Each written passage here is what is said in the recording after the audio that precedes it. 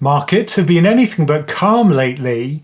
Tech valuations are sky high, central banks are uncertain, and everyone's wondering, am I taking too much risk? Now, it's easy to think risk just means volatility, but in fact it's actually about how much financial, emotional, and strategic strain your portfolio can handle. In this video, we'll break down how to test whether your current level of risk still fits today's environment and, more importantly, still fits you. This video is sponsored by Lightyear, a UK investment platform with low and transparent fees that offers stocks, funds, and interest on uninvested cash. So why does risk feel different now? When markets are booming, risk feels invisible. But when volatility returns, we suddenly see how fragile our comfort level really is. The goal isn't to eliminate risk, that's impossible. It's to make sure that the amount of risk you're taking still matches your goals, time horizon, and emotions. Because risk that once felt fine can quietly become excessive as markets change or your circumstances evolve. There are 3 dimensions we can use to look at risk. To know if you're overexposed, you have to look at risk from 3 angles. Risk tolerance, that's your emotional comfort zone. For example, how do you react when markets fall 20%? Do you stay calm or do you lose sleep? Secondly, risk capacity. This is your financial ability to bear losses. If markets crash tomorrow, could you still meet your essential expenses? And thirdly, your need for risk. What kind of return do you need in order to reach your financial goals? Sometimes your financial plan forces you to take more risk than you'd prefer. Your true risk profile sits where all 3 overlap. When those get out of sync, that's when trouble really starts. Before we look at how to test whether you've taken too much risk, it's worth remembering that where you invest matters just as much as what you invest in. And that's why I'm pleased to say today's video is sponsored by Lightyear. A few months ago, I visited Lightyear's offices in London and had an amazing chat with their team, especially about fees and safety. Off the back of that conversation, Lightyear's now made their stocks and shares ISA completely commission free, and that's something I'm genuinely excited about.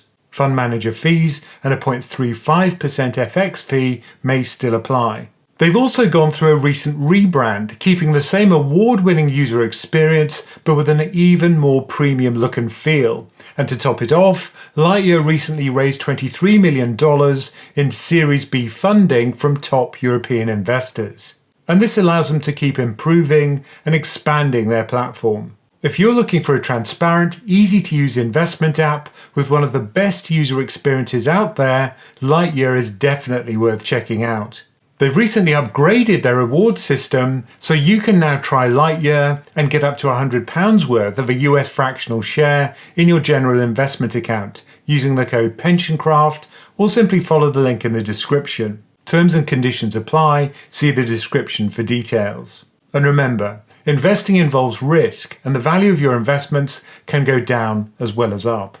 So how can you test whether you're taking too much risk? The simplest test is to imagine bad scenarios. If your £100,000 portfolio dropped to £80,000 in 3 months, would you sell, hold, or buy more? Your instinctive answer reveals your real risk tolerance.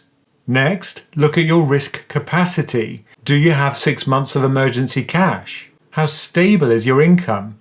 When will you need this money? Would losses affect essentials like rent or just luxuries like holidays? The more fragile your finances, the less risk you should take.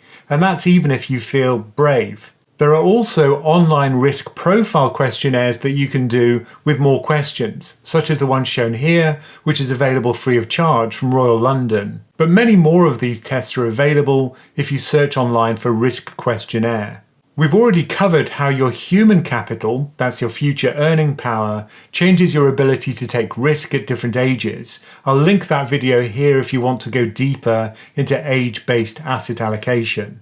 But once you understand your risk profile, check whether your portfolio matches it. How can you align risk with your portfolio? Once you understand your risk profile, check whether your portfolio matches it. Professional models often use categories like conservative, so that would be between 20 and 40% equities. Then we'd go to moderate, which is between 40 and roughly 70% equities. Adventurous would be from 70% equities on up to 100%. Now diagrammatically, this is what those categories of fund would look like if we plot risk on the x-axis versus long-term return on the y-axis. This is called a risk-return plot. This graph shows the Vanguard Life Strategy funds plotted as a risk-return plot over the period since their inception in 2011. And you can clearly see the increase in risk and return as we dial the amount of stocks in the mix up from 20% all the way to 100%. But remember, the right allocation is personal. A 60-40 split might feel boring when markets rise, but will look very smart when volatility really hits. And you can mix risk levels across goals.